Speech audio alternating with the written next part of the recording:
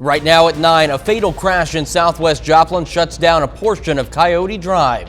Plus, 7 people are dead, including 2 children, following tornado touchdowns in Iowa.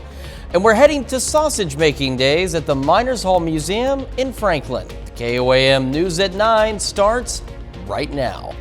And thank you for joining us tonight. I'm Chris Warner. A fatal crash in Joplin has shut down a portion of Coyote Drive on the city's southwest side. Around 4 this afternoon, authorities were alerted to a serious crash on Coyote Drive near Paintball Ridge. Officials say there were 2 vehicles involved. 1 person was killed in the crash. Their identity has not been released. Coyote Drive was closed for around 3 hours. 7 people, including 2 children, died in tornadoes that hit near Des Moines, Iowa on Saturday. Madison County officials say the 2 children who died were under the age of 5. Here's a look at the damage in Norwalk, Iowa. At least 2 people were injured there in Polk County. National Weather Service says an initial estimate shows it was an EF3 tornado with wind speeds of at least 136 miles an hour. Severe weather caused damage to several homes, power lines, and trees.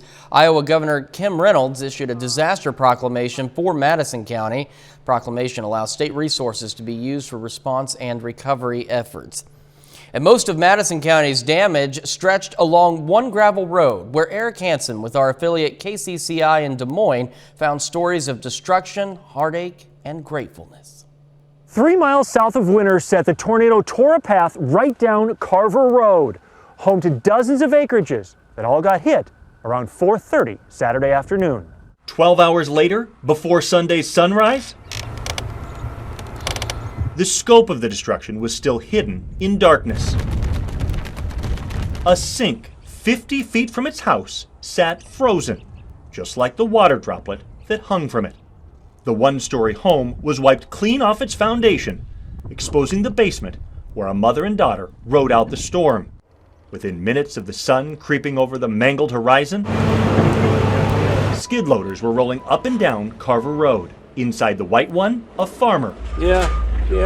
Who lost several neighbors. One neighbor died across the road over there, and then there's another one just down the road a little ways, another died down there. Those scars below Dwayne Bush's eye and on his lip show how close he came. He'd just been to town for dinner and some diesel. I seen that cloud coming, so I headed for home. And I got just off the highway, and it just got in my driveway, and it hit. Trapping him inside his red Ford as its windows blew out and everything turned dark. I don't know whether I picked it up or not because I couldn't see because the dust was flying. A tree that could have hit his cab landed on the bed instead. The doors was maced down, and I just pried them open and kicked them open and got out of there. But Sunday morning, Dwayne was back behind the wheel, scooping up what's left of his farm, surrounded by an army of neighbors on skid loaders. At this point, he doesn't even know what he's missing yet. No, not yet, though. He just knows, like everyone else along this road where even the street sign was destroyed, there's work to do. Just gotta clean it up, get the mess cleaned up. A cleanup that could last for months. Thankfully, nothing like that in our area. Nick Kelly joining us with the latest hour forecast. Yeah, a lot of us actually ended up with a cool day overall, Chris. In fact, let me back up and see if I can get the almanac stats for you. We started colder than expected at 34 this morning and only topped out at 44 in Joplin. In fact, the majority of us could only make it into the 40s this afternoon because of how our storm system played out. But it actually played out for the better when you look at the other side of things, because even though we're dealing with rain, some lingering thunderstorms, and maybe a little bit of wintry weather trying to sneak into some of our northwestern counties, look at the tornado watch just to the east of the region, and we already had a string of tornado warnings southeast of Springfield and even a couple of tornado touchdowns north of the Bull Shoals.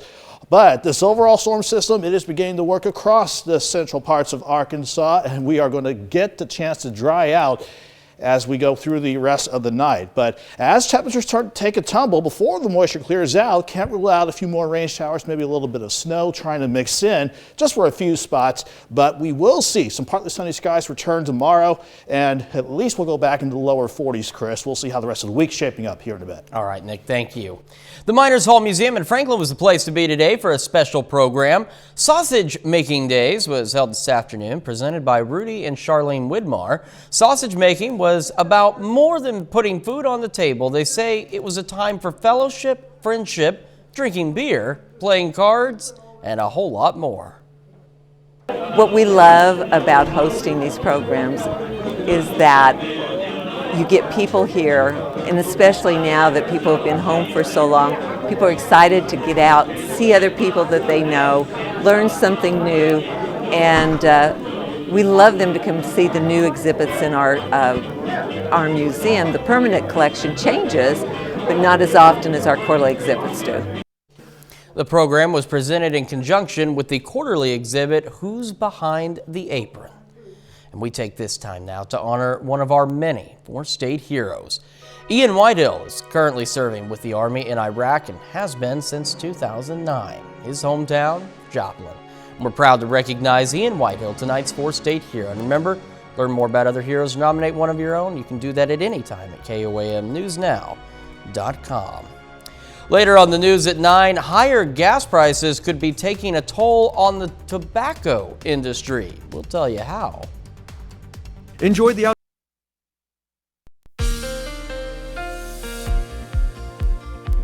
This has been certainly an interesting way to wrap up the weekend. Let me show you what I mean, starting with a look at temperatures. As we look back over the past 36 hours, we had lower 70s the other day, quite mild and quite nice for Saturday before we saw the band of thunderstorms work across along and east of 69. Then look at the temperatures to struggle throughout the course of just today. We had mid-30s at Joplin Regional this morning, lower to middle 40s this afternoon. That was for much of the area because despite indications that we had that wanted to put the warm front closer to I-44 and the area of low pressure in our corner of southwestern Missouri, it shifted just to the south and east, or took a little bit more of a southerly track. While that meant cooler temperatures for everybody today, that does help us out with the severe threat because all of that action is staying just to the east and southeast of the region. Still, with an upper wave coming through, that doesn't change the fact that we all had to deal with a more widespread rain and thunderstorm chances and maybe a little bit of colder air aloft, trying to throw in a little bit of sleet in our very, very far northwestern counties near the Kansas Turnpike. In general, though, it's all rain with the system, averaging out to 0.6 of an inch on the average. Heavier amounts from yesterday, including today, across southwestern Missouri, where rain amounts estimated to push over an inch. However, even though the tornado watch is just to the southeast of the region, we actually have a winter weather advisory clipping Chautauqua, Howard, Greenwood, and Woodson counties until the top of the midnight hour because temperatures are dropping as we're still dealing with the backside of the system. So while the vast majority of us are still dealing with some scattered rain and a couple of thunderstorms, there's still some colder air aloft trying to get a few sleet pellets or a few light snow flurries to come on down, mainly from Chanute points north and west from there, but that's not going to be a big deal at all. Very minor, if any, accumulations as we see this system wind down in terms of wintry expectations. Rain on the lens at 7th and range line, but it's 37 in Joplin, a north wind at 13, making it feel like 29. That is certainly setting the stage for colder temperatures as we go into the morning.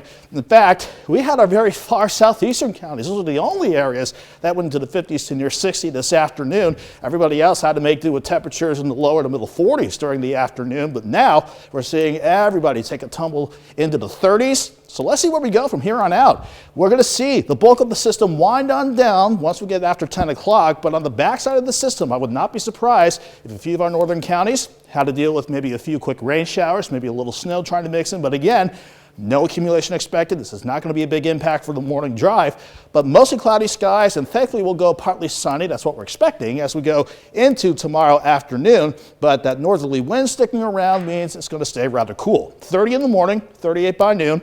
Highs near 42. Let's just go right to Tuesday because this is the setup that keeps us cloudy, but we'll still go into the mid 40s on Tuesday. Sorry, my apologies for getting to throw the banner back up on here, but this is the next big system in Doug's pattern. It looks like rain chances trying to pick up on Thursday, but as this upper level wave really gets its act together, we may have to watch for snow chances by the time Friday rolls around. So like Doug's been saying, we're not officially done with winter just yet, but for now, we've got plenty of time to watch it. A lot could change between now and then.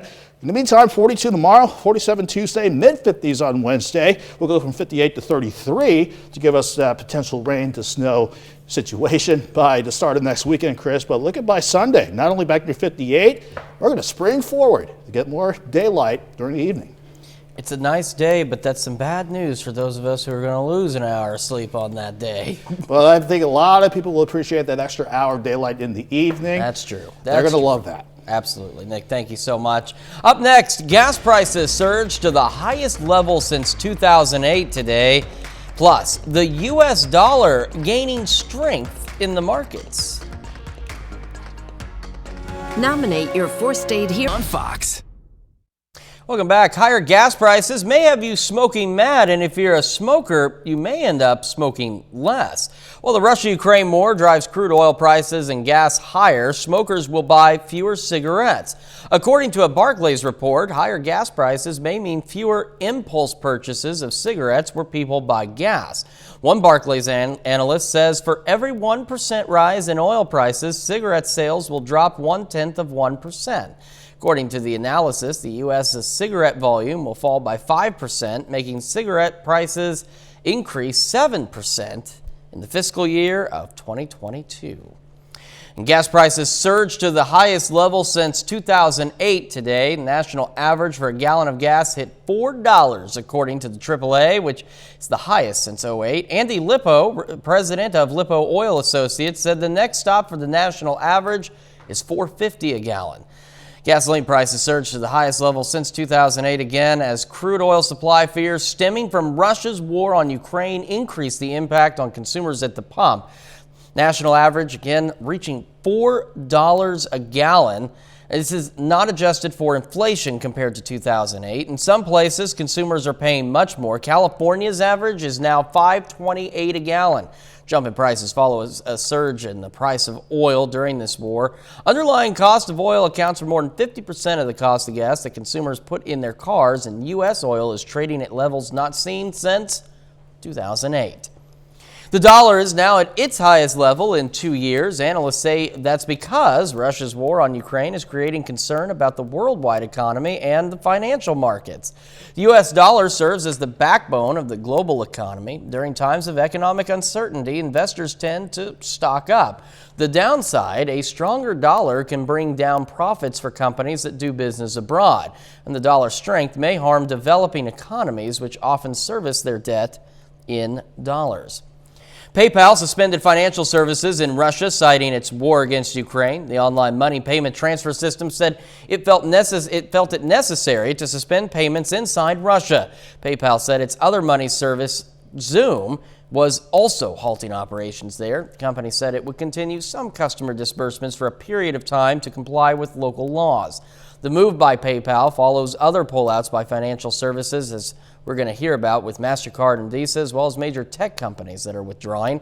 And on to MasterCard and Visa. They are suspending operations inside Russia, again, over the invasion of Ukraine.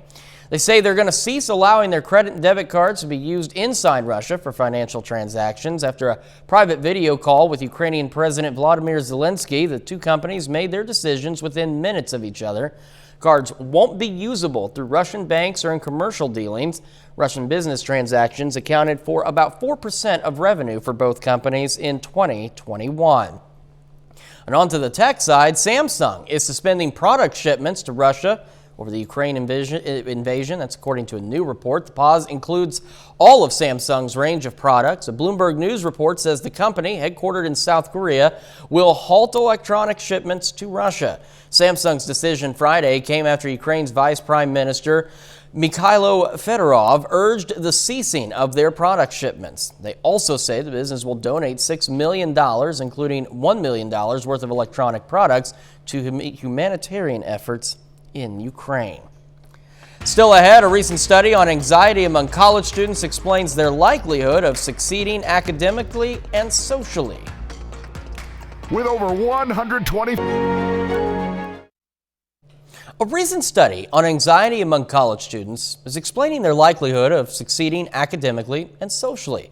A study by a university in England says students with social anxiety are more likely to have poor grades and social relationships and will tend towards isolation. Researchers analyzed students at several universities and found characteristics like self-consciousness, overthinking, fear of judgment, and even avoiding reality can cause students to miss classes and assignments. Analysts suggest more university awareness with peer groups and mentoring. A new study examines the links between height and the risk of colorectal cancer. The study from Johns Hopkins Medicine Research says tall people might have a greater risk of developing colorectal cancer or malignant colon polyps and should possibly be screened more often for them. Scientists looked at 47 international studies covering more than 200,000 colorectal patients and more than 1,400 colonoscopy cases. Taller people had almost 25% more risk for colorectal cancer. They say taller people may have more mutation possibilities in organs due to taller size. Just one beer or glass of wine a day may cause the brain to shrink with age. That's startling findings from Friday's edition of the journal Nature. On average, people at age 50 who drank a pint of beer or a 6-ounce glass of wine every day aged their brains by 2 years. Study reports that those who drank 4 times that amount each day had brain shrinkage equivalent to a decade of aging. Data for the report came from an analysis of 36,000 people enrolled in the UK Biobank study. Study contradicts previous research that showed moderate amounts of alcohol actually offered a health benefit for the brain. One reviewer says the Nature article is not definitive, but it does identify areas for future research. We're going to wrap up this half hour of the news at 9 with a building demolition down in Florida. Indigo skies. Well, it's 9:25, which means it's time for just a little bit of fun here. An empty high-rise building in Jacksonville, Florida, long regarded as an eyesore, was brought down to the ground this morning. The Berkman 2, as the structure was known, stood idle for more than a decade. That was planned as a residential tower, but construction was stopped 15 years ago after a construction worker died when a parking garage collapsed. The building ended up at the center of legal battles and ownership changes. The City of Jacksonville finally paid for it to go ahead and come on down. And there's one particular building that I am waiting for in Joplin. So you know they're building the new courthouse and justice center on Pearl, which means the old one's got to be torn down at some point. And I am only hoping that an implosion is the best way to do this, because one way or the other, I'm going to get front row seats to that. You should join me. And if you don't, you're missing out. And you know what else you're missing out on if you don't join me now? It's 30 more minutes of news, weather, and sports that's coming your way. Up first, Ukrainian refugees continue to arrive in Poland. Plus, as attacks from Russia to Ukraine intensify, humanitarian aid delivery is risky, but it's happening. Plus, NATO member countries given the green light to send fighter jets to the Ukrainians. I'm Lucas Tomlinson in Lviv, Ukraine. I'll have the details coming up. Efforts to get civilians out of embattled towns once again fall apart. I'm Mike Tobin in Lviv, Ukraine. Details coming up. Hi, I'm Joshua Beavers. Fox 14. welcome back. Ukrainian refugees continue to arrive in Poland. Nurses were on hand at the train station in Rzeszów to treat any Ukrainians needing medical assistance. Other local officials were handing out food and water to those who needed it. Many refugees say they haven't eaten in days or left Ukraine with only the clothes on their backs. Since Russia invaded Ukraine last week, Poland's border guard agency reported more than 920,000 refugees crossed into the country. Overall, the United Nations Refugee Agency reports more than 1.5 million people have fled Ukraine. And again, they're continuing to arrive, this time at a train station in Hungary. As Russian forces continue pushing further into Ukraine, civilians are attempting to flee the violence by taking refuge in the surrounding countries. Zahony, a Hungarian town just across Ukraine's border, is now a starting point for those seeking safety. After refugees arrive in Zahony, they are being relocated to other cities in Hungary and other European countries. According to the International Organization for Migration, as we mentioned, about 1.5 million people have fled Ukraine since the invasion began. As attacks from Russia to Ukraine intensify, humanitarian aid delivery is risky, but it is happening. Organizations like the International Red Cross say attacks in dense urban Ukraine areas are imperiling the sick and elderly. Ports are blocked and roads with bombings make aid delivery dangerous. But the UN says aid is getting through into refugee-filled places like Romania, Poland, and Hungary. Charities are still directing help into Ukraine itself. The UN has appealed for $1.7 billion in assistance, with corporations and nonprofits continuing to raise funds and material goods. Fierce fighting across Ukraine today as the Russian military continues its advance on major cities. Ukrainian officials say families and children are among those being killed by Russian bombardment. Fox News correspondent Lucas Tomlinson has the latest. Families run for cover Sunday in Irpin, just outside Kyiv, amid a constant barrage of Russian artillery.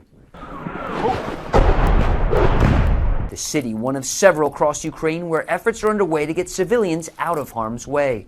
The two sides had agreed to a temporary ceasefire to allow people to evacuate, but that window quickly closed after attacks started back up. Ukraine says Russian forces have shown no regard for those innocent civilians caught in the crossfire. Clear to us that what they are doing is illegal and it's war crimes. I mean, they are targeting hospitals, they are targeting schools, they are targeting civilians. Ukrainians have been pleading for more assistance from the U.S. and NATO to establish air superiority. Secretary Blinken says NATO members have been given the go-ahead to donate warplanes to Ukraine.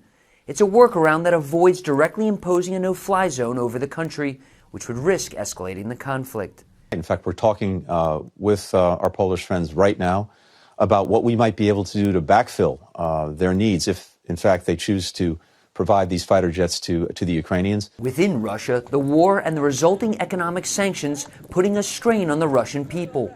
As many as 4,000 were detained Sunday during multiple protests across the country. Both the Turkish and French presidents called Putin, urging him to end the war. Putin says he's not stopping until the capital falls. In Lviv, Ukraine, Lucas Tomlinson, Fox News.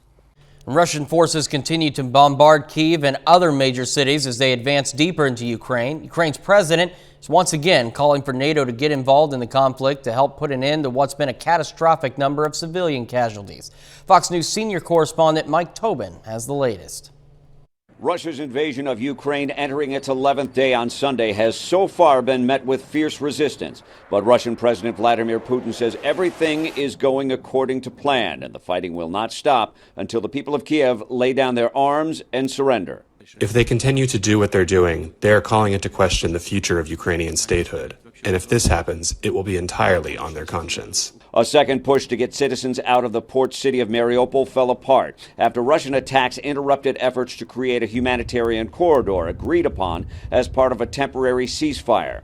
People still trapped there have been sleeping in bomb shelters for nearly a week amid a constant barrage of Russian shelling. Hundreds of thousands now face food and water shortages and a lack of heat and hot water in freezing temperatures. We don't have food supplies. People are taking everything. Shops are empty. Ukraine's president on Sunday said Russian rockets destroyed a civilian airport in the city of Vinnytsia, and he repeated his request for NATO to impose a no-fly zone over Ukraine to stop the attacks. We repeat every day, close the sky over Ukraine to every Russian missile, to Russian combat aviation, to all these terrorists. We are people, and this is your humanitarian duty to protect us and to protect people. NATO leaders have thus far ruled out the possibility of a no-fly zone out of fears they could escalate this war into a world war. In Lviv, Ukraine, Mike Tobin, Fox News. Later on the news at 9, a rally was held in downtown Tulsa in support of Ukraine. It's the mattress. Even though we kind of dodged a bullet with severe weather, we still had plenty to track as we went throughout our Sunday. First thing we tracked was the temperature. So we're talking about temperatures that were sharply cooler compared to the lower 70s we had yesterday. We took a big tumble down into the mid-30s this morning, and we can only rebound a Joplin regional into the lower to middle 40s this afternoon, all because of this frontal system taking a more southerly track. The warm front, as a result, couldn't make it up to the I-44 corridor, so only areas close to the Arkansas state line and around Table Rock Lake were the only areas that got close into the 50s and even near 60 today. But we'll take this setup for sure, considering on the warm sector and along the warm front, that's where quite a bit of severe weather is just beginning to ramp up. But that doesn't change the fact that with an upper wave coming in on the backside of this storm system, we've got plenty of rain and thunderstorms that we track throughout the course of the day as well. Maybe a few rogue severe thunderstorm warnings, not producing more than maybe penny-sized hail and a few wind gusts over 50 or close to 60. In general, though, this system gave us quite a bit of rain, which is what we expected out of this. 0.6 of an inch on the average, including yesterday's storms that traversed along and east of 69, and you can see the bulk of the rainfall estimates-wise on the Missouri side. But as the colder air works in with some moisture still around, we still have Greenwood, Elk, Chautauqua, and Woodson counties under winter weather advisory until midnight because, again, temperatures are falling rapidly at the surface and even aloft on the backside of the storm system. So even though the bulk of the precip is beginning to wind on down as we go through the overnight, some of our northwestern counties can't rule out a little bit of drizzle mixing in with a few sleet pellets or snow flurries, and it's something that we'll still watch as we go throughout the course of the night. At Joplin, though, plenty of wet roads, sure, but definitely it's rain, nothing else. 37 in Joplin with a north wind of 13, making it feel like 29 degrees. Everybody had to just make do with lower to middle 40s this afternoon, but as our frontal system continues to work off toward the east and southeast, we are definitely trending colder with everybody now pretty much in the lower to upper 30s. So for the rest of the night, we're going to be cold, sure, but as the moisture tries to wrap around from the north on the backside, cannot rule some of this out being a little bit of rain showers, maybe a little bit of snow mixing in, but this is not going to be a big impact for the morning drive, so we're not too worried about that. But Michael Hayslip will keep an eye on that as we get your morning started right here at 7 a.m. Mostly cloudy skies otherwise to start the morning out. Then we're going to gravitate toward partly sunny skies. Definitely a cool day, but at least we'll be drier to start the new work week and school week out. 30 in the morning, 38 by noon, and a high of 42. And we'll go a little lighter on the breeze, mainly out of the north at 5 to 15 miles per hour. Now let's go on down the road. Here's Tuesday, still on the cooler side of the jet, but we'll go into the mid, maybe upper 40s with plenty of cloud cover, but that's all that quick upper level wave is going to do.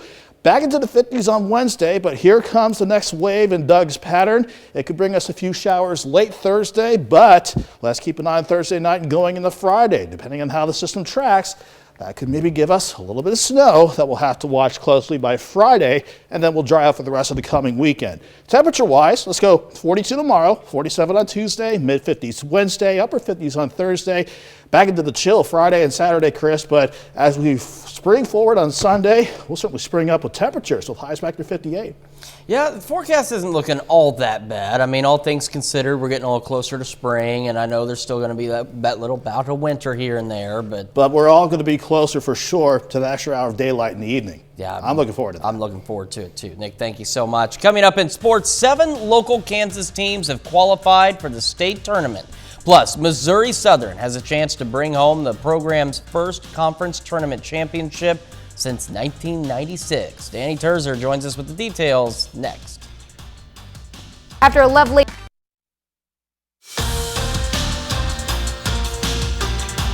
This is the Toyota Sunday Night Sports Feed. The Missouri Southern women are in the MIAA Tournament Championship for the first time since 1996. The Lions hit the floor in Kansas City this afternoon against Fort Hays State, looking to claim the tournament title. Southern beat the Tigers by 13 in Hays in their only meeting of the regular season. This one here today, a defensive battle. Brooke Stauffer gets the steal. Later in the same possession, Lacey Stokes turns it into points. She's got a team high 15. Second quarter, Lions down by 10. Lane Skiles knocks down a 3, and that sparks a Missouri Southern run. Caitlin Honeycutt gets a 3 of her own here. 3-point game going into the break. Later, under 3 to play in regulation, Skiles drains it from the corner. She finishes with 10. Tie game, very next possession though, Fort Hays has a response. Jaden Hobbs puts the Tigers back on top. Then Sydney Galladay hits the reverse, and that pretty much does it. Fort Hays State takes down Missouri Southern in the MIAA championship game 48-42. Both teams played tremendous on defense, taking things away, making it very difficult. Got very few good open look shots. I had no doubt that we'd be able to get back in the basketball game and win the basketball game, and the kids, they believe it as well. That didn't surprise me. We got down a little bit that we would fight to get back in because our kids don't have any quit, and it showed for the 40 minutes we played tonight. Today is also Selection Sunday with the conference tournament now behind them. The Missouri Southern women turn their attention to the national tournament. The Lions will make their first appearance in the national tournament in 26 years, earning the 4th seed in the Central region. Missouri Southern will face St. Cloud State in the first round this coming Friday, March 11th in Hays, Kansas. At the Division I level, the Kansas Jayhawks earned a share of the Big 12 championship last night. The Jayhawks beat Texas in overtime 70-63, claiming a Big 12 title for the 20th time in the last 26 seasons. In last night's game, David McCormick scored a season-high 22 points to go along with 10 rebounds. Jalen Wilson also had a double-double with 17 points and 13 rebounds, while Christian Brown added 13. Kansas is the number 1 seed in the Big 12 Conference Tournament, which begins on Wednesday. The Colgan High School girls basketball team is headed back to the 2A state tournament. Colgan topped Uniontown 55-27 last night to claim a sub-state championship and punch their ticket to Manhattan. Now with the win, the Panthers remain undefeated heading into the state tournament next week. I knew the kids were going to come in with a lot of energy, pretty antsy. You know, we've been waiting for this all season. We talked about it. This has been one of our biggest goals. And I knew it was going to be high energy in the beginning, you know, on their home court. You know, Danielle's a great player for them. So I thought they handled it really well. We missed a lot of bunnies early, but we settled in. You know, we played great defense again, and then we were able to, you know, do what we wanted to do on offense. We don't ever talk about the next game or the next game. We just talk about the one in front of us. And, you know, in the postseason, I just kept telling them that each game was the biggest game of the season because you lose, you go home. And, you know, they're just really locked in. They're playing really well together. I just don't think the lights get too bright for these kids, and I think they're just, you know, excited for the opportunity. We have 7 local teams that have earned sub-state titles and will move on to the state tournaments next week. On the girls' side, Labette County is headed back to state in Class 4A. Frontenac and Cherryville will be in the 3A state bracket. Both the Colgan girls and boys are headed to state in 2A. The Girard boys and the Galena boys make the bracket in Class 3A. And for the Bulldogs, it's their 3rd straight trip to state.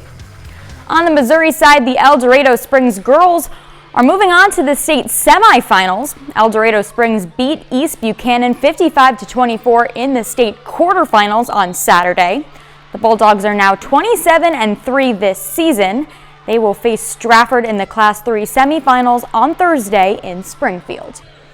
To baseball now, Pittsburgh State and Missouri Southern are currently the top 2 teams in home runs in the MIAA. Missouri Southern leads the league with 39 homers in 19 games, while the Gorillas are second with 31 in 17 games. Alliance catcher Tommy Stevenson leads the league individually in the home run category. He has 10 homers on the year. Right behind him with 9 is Pitt State first baseman Garrett McGowan. Southern's Matt Miller and Pitt State's Caden Fowler are also top 10 in the league. The Lions have scored a league-high 160 runs so far this season. We're back right after this.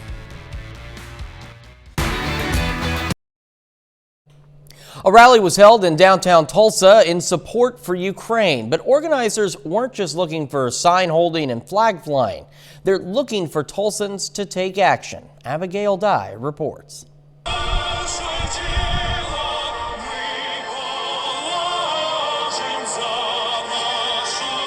Ukraine's national anthem rings out at John Hope Franklin Reconciliation Park. So this is a rally for Ukraine. I came out here because my home is being destroyed and I have nowhere to come back to. And I know a lot of people that have already heard about Ukraine, you know, so and it touches my heart, and I just support them 100%. Over 100 people stand with flags, signs, and a message. I think it sends a message that even a metro area of 1 million people, not the size of New York City or San Francisco or Los Angeles, can come show support. I think any little amount of people can make a big difference. All it takes is a few spoken words, and there can be a vast difference made. Nicole Miller helped organize the rally. That's where most of my family resides, and it is now under Russian control. So that's just been absolutely terrible to see. It's devastating. And this rally isn't settling for lip service. The hopes of this rally would be that any senators, government officials, anybody to do something more for Ukraine. Colorado imposed their own state sanctions on Russia, so I was hoping maybe Oklahoma could do something like that as well. I think we should support them 100%. No matter where we're at, we should still support them. Call your representatives, senators. It's a ripple effect. Everything we do has a meaning. Coming up, Twilight actor Rob Pattinson dons the cape and cowl of the Batman in his latest big screen role. Twilight actor Rob Pattinson dons the cape and cowl of the Batman in his latest big screen role. Rick Damigella reports. When that light hits the sky, it's not just a call. It's a warning. Robert Pattinson fights the criminal element of Gotham City in The Batman. I'm vengeance. The difference with this movie and a lot of the other ones, that normally the only time anyone else in Gotham sees Batman is either just before they get punched in the face or like they're in a dark alley or something. And in this, he's interacting with people a lot. If we don't stand up, no one will. You got a lot of cats. I have a thing about strays. He's joined by new takes on familiar characters. I think it's really beautiful how much this character means to people, and I had to focus on making her a three-dimensional person, and I really think that this character deserves to be, to be seen in a different light. I sort of couldn't believe my luck that not only was it a Batman film, which I think is the coolest, but it was a real film. Like, it was a spectacle, but it was emotional and thematically powerful. It's really a plot-driven film, and Gordon being lieutenant is still a cop on the street, which allows him to be active in the middle of things alongside Batman in a way that for me was exciting. Justice. The answer's justice. In Hollywood, I'm Rick Damigella. The Batman swooped into theaters on Friday and earned an estimated $128.5 million over the weekend. Easily the best debut of the year and the second best since the pandemic began, behind Spider-Man: No Way Home. Certainly, again, Spider-Man, as we know, has certainly been dominating the box office, and to see the Batman, I was never a superhero fan until I got to see Batman Begins, and The Dark Knight, and then finally, The Dark Knight Rises, and it turns out, those movies are actually great. So if you're not a superhero fan, perhaps, they're definitely worth checking out. You just might become one. That is our time for now. Thank you all so much for joining us. We're going to do this again next weekend at 9, and we'll see you then. Thanks for making us part of your night.